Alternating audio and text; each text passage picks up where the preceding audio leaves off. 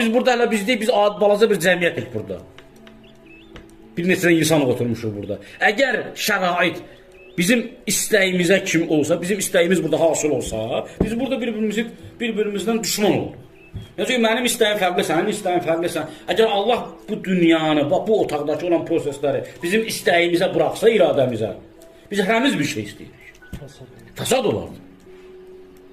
Ona görə insan bəzən Allahın necə varlıq olmasını unudur ki, Allah necə varlıqdır.